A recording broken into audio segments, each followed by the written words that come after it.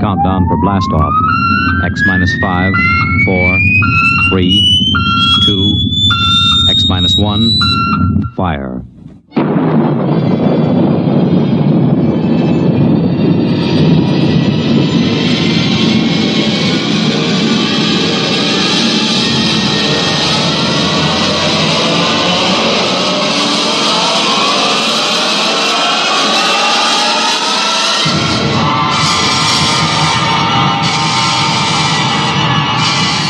From the far horizons of the unknown come transcribed tales of new dimensions in time and space. These are stories of the future, adventures in which you'll live in 1,000,000, could be years, on 1,000 maybe worlds. The National Broadcasting Company, in cooperation with Galaxy Science Fiction Magazine, presents X minus 1.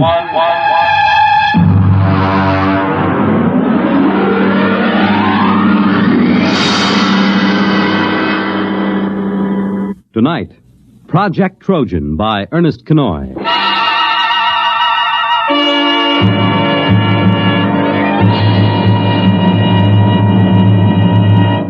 Most of the greatest contributions and biggest messes in history have been made by two kinds of brains, the devious and the literal. We quote from the monthly column written for Galaxy by its editor, H.L. Gold. For our story tonight has been inspired by one of his recent columns, discussing the exceedingly thin line that sometimes lies between science fiction and science fact, and of the strange use that both Allied and German intelligence made of science fiction during the recent World War II. Our report, of course, is entirely fictional, but similar schemes are known to have been attempted by both sides. And now, here is Project Trojan.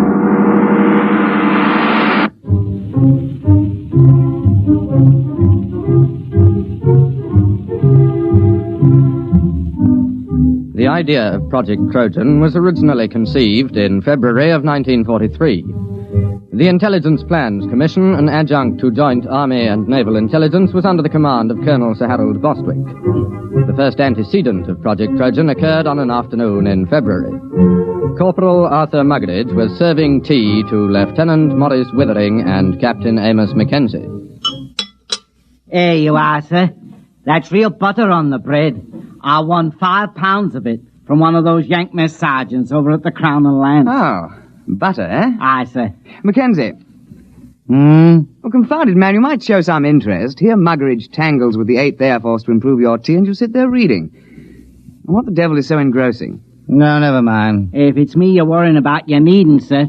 I was cleared for most confidential and top secret before I set foot in the pantry. What is it, Mackenzie? Well, I was reading about a fascinating notion. It's a machine, you see, dreadfully ingenious.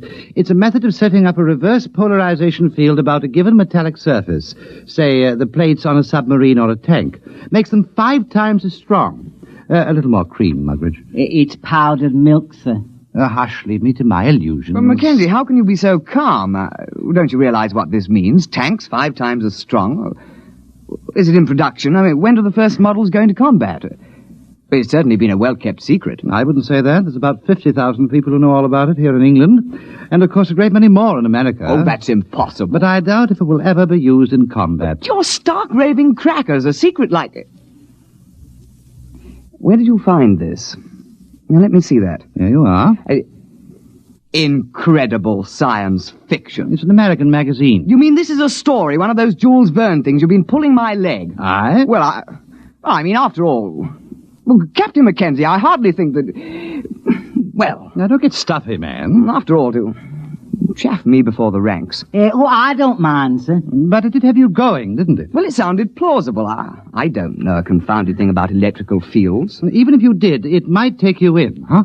You see, the trick these science fiction lads do is to take something that's solid as a rock and then to push it just a wee bit forward till you simply can't tell where the science ends and the fiction begins. Still, I wish you'd exercise your ingenuity in deceiving Jerry rather than me. Good Lord.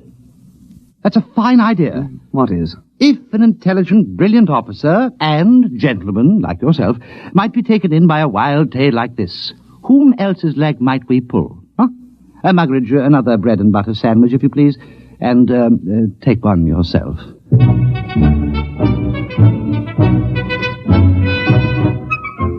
Lieutenant Withering and Captain Mackenzie worked out preliminary plans for Project Trojan and presented them at an appropriate time to Colonel Sir Harold Bostwick. Well, sit down, Withering, Mackenzie. Oh, thank you, sir. We had breakfast. I understand Corporal Muggeridge has been playing darts with the Yanks again. There are fresh eggs for breakfast. We've had breakfast, sir. Oh, well, then. We have a plan, sir. Oh, capital. You remember, sir, our intelligence reports indicated a concentration of German research scientists working near Hanau. Certainly, I recall. They've got the whole lot of them inside a mountain. We tried bombing. I doubt if they even noticed. They're supplying the basic research for the German guided missile program. Yes, we know that. The reaction motor for the V1s came out of the Hanau lab. Oh, Muggeridge! You see, sir, if a considerable number of those research scientists were diverted to another project, the rocket program would be crippled. Yes, well, of course it would. What are you going to do? Advertise in the Times and offer them high wages? I said... Oh, Muggeridge, this coffee. No, sir. Next time you go to the Crown and Lance, keep coffee in mind, will you? Aye, sir. Only the Yanks are getting fair dives at darts. It was touch and go with the Oh, we eggs. can only expect you to do your best. I'll try, sir. Well, now, come to the point, gentlemen. Suppose the Germans got hold of one of our top new development weapons. Something so completely overwhelming that they'd have to pull almost every man off rockets to work on it. Now, look here, Mackenzie. Those Jerry scientists are not exactly playing about with small boys' chemistry sets. They're a cut above our own chaps in several fields. What makes you think you could plant something on them? Science fiction, sir. I beg your pardon? You see this magazine? Yes, incredible science fiction. What's that chasing that girl there? That's a Martian, sir. You can tell by his tentacles. Mackenzie, are you stringing this along preliminary to applying for compassionate leave on the grounds that you're overworked? No, sir. It's a good plan. We invent a weapon that might exist but doesn't.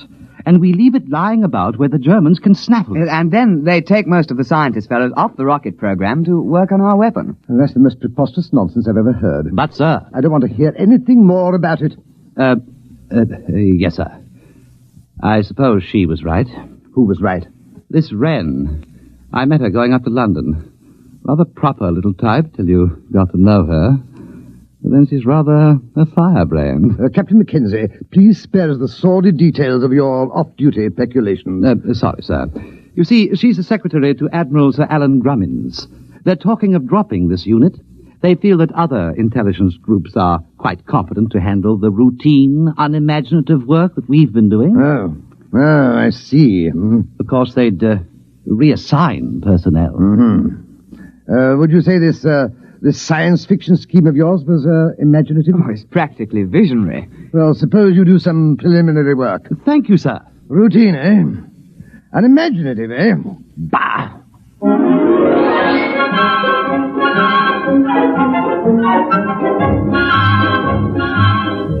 On the 14th of February, preliminary work was begun on Project Trojan.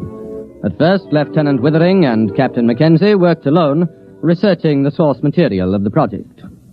Slamming the firing keys, brick blasted down on the Krull warship. Bright beams of crisp destruction lanced out from the giant dreadnought and licked along the plates of brick's one-man scout. Nothing in that one. What have you got? It's a story about two robots who fall in love. What's the name of that Johnny who came closest? Herman. Jad Herman.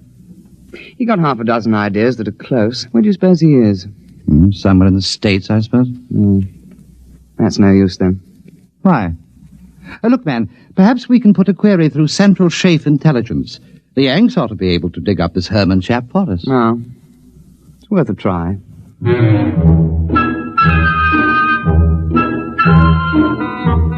It took 7 days for a report to reach IPC that one Jacob David Herman, a private first class in the American Air Force, was based on a field north of Cheltenham in the Gloucestershire area. Lieutenant Withering and Captain Mackenzie requisitioned transport and visited Herman at his place of duty. You don't mind if I go ahead with my job, do you? I gotta have this place ready for inspection by 1300. Go right ahead. Hand me the cleaning powder, will you, please? Yes, very well. Say, what do they put in porcelain in England? You break your arm trying to get it clean. Private Herman. You are Jad Herman, writer? Yeah, that's a pen name, Jad. I use it for SF stuff.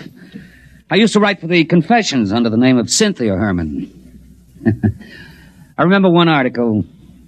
I was saved by the YWCA from a life of shame. We're interested in your science fiction articles at the moment. Oh, yeah? Well, I know we had some sci-fi fans in England. Well, we're not exactly sci-fi fans. We're from... anybody else here? Well, look for yourself.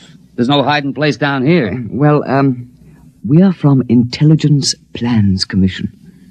Uh-huh. We need your assistance, sir, Mr. Herman.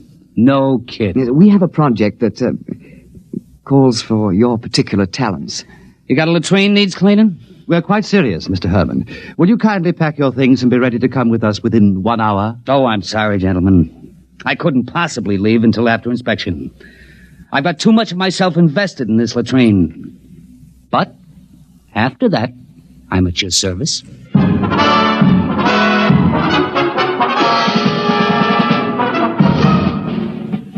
Private First Class Jacob D. Herman, 329-62126, was transferred on special detached duty to Project Trojan, and after briefing was set to work on basic plans. Oh, look, Mac, here's the way I see it. If you want to con a scientist, you got to be pretty straight all the way. You can't get away with more than one phony step in the process. Precisely. Now, here's the way I see it. It's a focusing beam weapon. The electronics on that are square. I used it in a story about 2 years ago. Feinschreiber at MIT and Temple and Westover at the Bell Telephone Laboratories worked out the basic field formulas. What do you mean it's real? Well, up to a point. Everything's on the level till you get to the catalytic action on the grid. Now, that just won't work. It's a basic problem in physics, and it makes the whole thing impossible. But don't the Germans know that? Oh, sure. You see, you make up plans for the weapon, call it a death ray. You let the Germans steal everything but the catalyst formula. They'll think we've got it licked, and they'll break their necks trying to duplicate it before we put the weapon in production. I see. But we can't call it a death ray.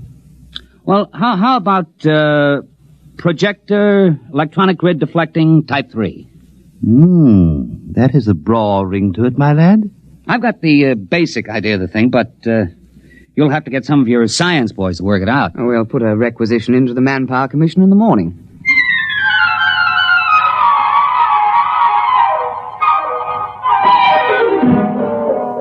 Doctors Montague, Felder, Harrison, Seisenby, and Pilsudski were assigned to Project Trojan, and under the direction of Private First Class Jacobs, complete specifications and plans for projector electronic grid deflecting Type 3 were drawn up. Project Trojan was ready for Phase 2. Have we got everything? Blueprints? Check. Specifications? Check. Machine tool inventories? Check. Letter rejecting the plans from the War Office? Check. Endorsement from Supreme Headquarters rejecting plans? Check. Note from 10 Downing Street overriding rejections, handwritten postscript, build the confounded thing, WC. Check. Don't you think that's going a little too far, the rejections? Not at all. That's the master touch. A rejection of an idea by the War Office makes it appear most genuine. All right. Private Herman, if this thing were real, if it could be built, what would it do? Oh, don't ask. You could blow a hole in a mountain 10 miles away. Well, you could knock down a whole wing of bombers without even aiming. Oh, dear. Lucky it won't work. I should say so. Oh, well, now to get this lovely thing into Jerry's hands.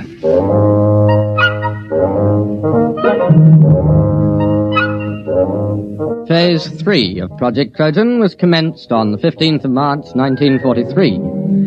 Central Counterintelligence Agency had discovered the infiltration of a German agent, a Belfast Irishman named Gogarty, into the blueprint division of Clark and Porchester, a printing firm doing some subcontract work for the Air Ministry.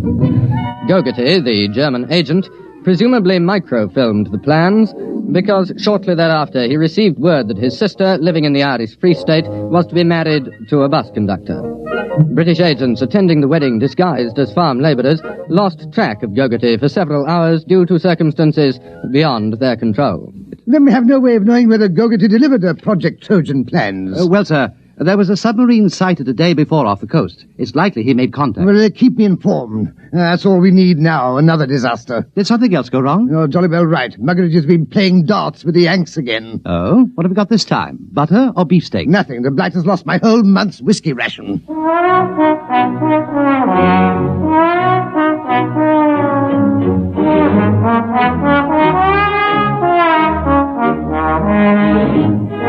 Now, the cover operation supporting Project Trojan was undertaken. A battalion of the Royal Engineers was detailed to practice at secret installations with wooden mock-ups of the projector. A lance corporal in this detachment, a volunteer afterwards awarded the George Medal, was court-martialed and sentenced to 7 years' hard labor for revealing information about the project while drunk on a 3-day leave to Tynecastle. This particular aspect of Project Trojan has been in the news recently, inasmuch as several backbench Labour members of Parliament have asked questions in the House, as it came out that the corporal served the full 7 years and wasn't released until 1951. The Home Secretary explained that this was an unfortunate oversight, and there were jeers from the opposition, with Mr. Honorin Bevan taking the occasion to call for the resignation of the government. At the time, March and April 1943, the Intelligence Plans Commission awaited reports from British operatives. Sir, there's been a shift in assignment at the research laboratories at Hanau. Professor Schlickmann and Doctors Hirsch, Van Sulau, and Grishman have been transferred from rocket research to another project. Trojan? We must assume so. But that's only 4 men. But they're the top experts in electronics, chemistry, and metallurgy. If they're really working on Trojan, we've set the German rocket program back a year, while their scientists go yelping off after a red herring. Well, let's hope so. Bring me any further reports as soon as received.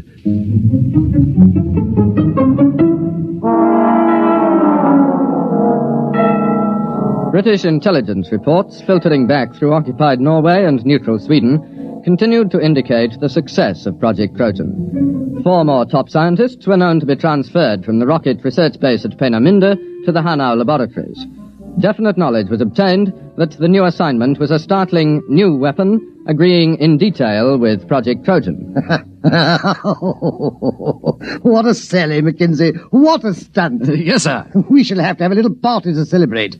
We'll have that Herman chap in for a drink.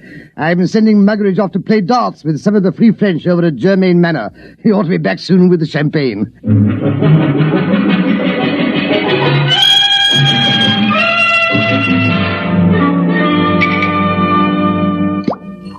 Pour all round.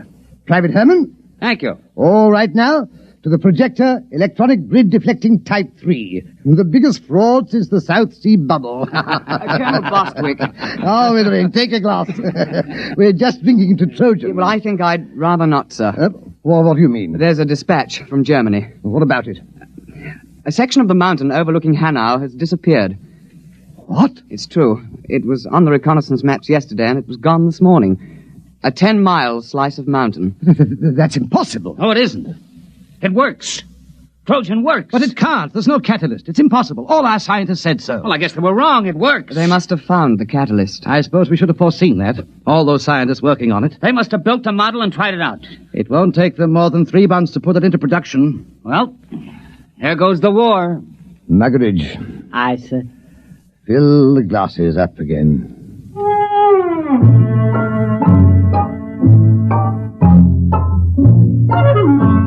Intelligence Plans Commission now waited for additional dispatches concerning the reaction to Project Trojan in Germany. It was decided as a matter of policy to confine knowledge of these latest developments to the personnel of the project. Anything new, Mackenzie? No, sir, except that aerial reconnaissance confirms the damage to the mountain at Hanau. It's not quite as extensive as the first dispatch, but it is a bit of a hole. Oh, what do they think caused it? The Air Ministry seems to feel that an ammunition dump must have blown up. Couldn't that be it? I'm afraid not, sir. We have an intelligence report about several captured British and American tanks being brought to Hanau for testing. They were spotted the next day, completely destroyed. Trojan? Trojan. There's been an alert at factories producing parts for V1 and V2 rockets to prepare for retooling. Going to make the projector? It would seem so, sir. Well, I suppose I'd better go up to London tomorrow and make a clean breast of it. I'm afraid so, sir. Well, that's the end. Seems rather unsporting, doesn't it? Just handing the war over to them. I hate to think what the War Office will say. Not to mention the Prime Minister.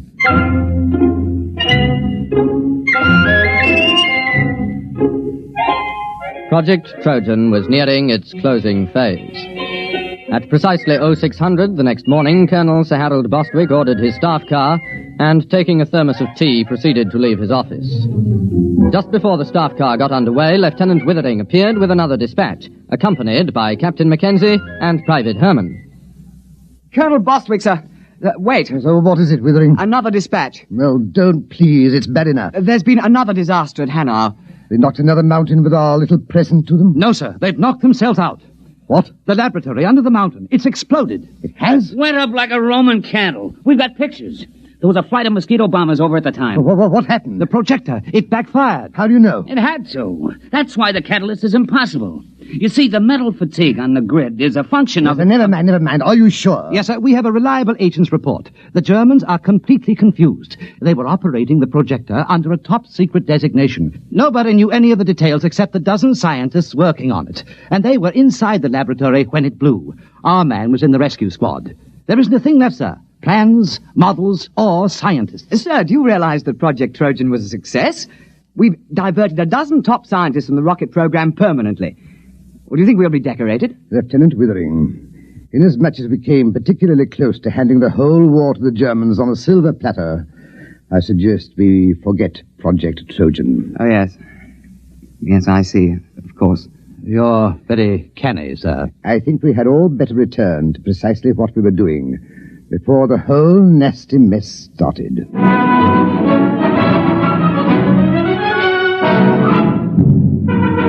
The final phase of Project Trojan was completed on the 22nd of March, 1943. The file, through some inadvertent error, was lost before the Intelligence Plans Commission had a chance to report to the War Office. All personnel returned to their previous assignments. All right. No splashing on the floor. I gotta get this latrine ready for inspection by 1300. You have just heard X-1, presented by the National Broadcasting Company in cooperation with Galaxy Science Fiction Magazine, which this month features the William Tenn novelette Time in Advance, the story of a man who made a strange bargain and endured the worst the galaxy had to offer, so that someday he could make the Earth sweat. Galaxy Magazine, on your newsstand today. Tonight, by transcription, X-1 has brought you Project Trojan, an original story by Ernest Kenoy based on an idea contained in an editorial in Galaxy written by H.L. Gold. Featured in the cast were Burford Hampton, Alastair Duncan, Ivor Francis, Alfred Shirley, Bill Quinn, and your narrator was Alfred Hislop. Your announcer, Fred Collins. X-1 was directed by Daniel Sutter and is an NBC Radio Network production.